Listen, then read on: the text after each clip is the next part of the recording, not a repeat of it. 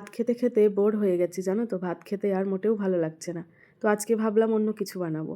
তো আমি আমার কর্তামশাইকে সকালবেলায় বলে দিয়েছিলাম যে আজকে রাত্রিবেলা অন্য কিছু বানিয়ে খাওয়াবো। তো যেরকম বলেছি সেরকম তো করতেই হবে। প্রচণ্ড ঠান্ডা পড়েছে, রান্না করতে একদমই ইচ্ছে করছিল না, কিন্তু যেহেতু বলেছি কিছু স্পেশাল বানাবো সেহেতু বানাতে তো হবেই।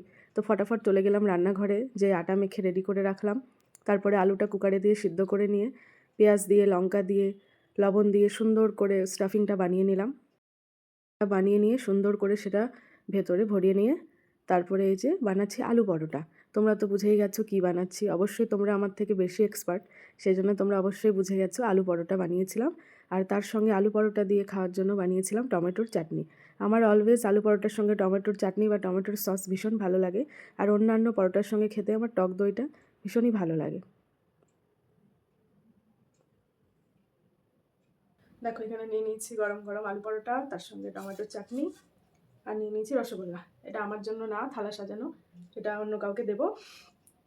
জাস্ট সাজিয়ে গুছিয়ে তোমাদের সঙ্গে শেয়ার করলাম। তো তোমরাও আলু পরোটা বানিয়েও বাড়িতে খেয়েও টেস্ট করো, দেখো কেমন লাগে। আমার খুবই পছন্দের জিনিস, আমার মনে হয় সবারই খুব পছন্দের জিনিস। টাটা, বাই, ভালো থেকো সবাই।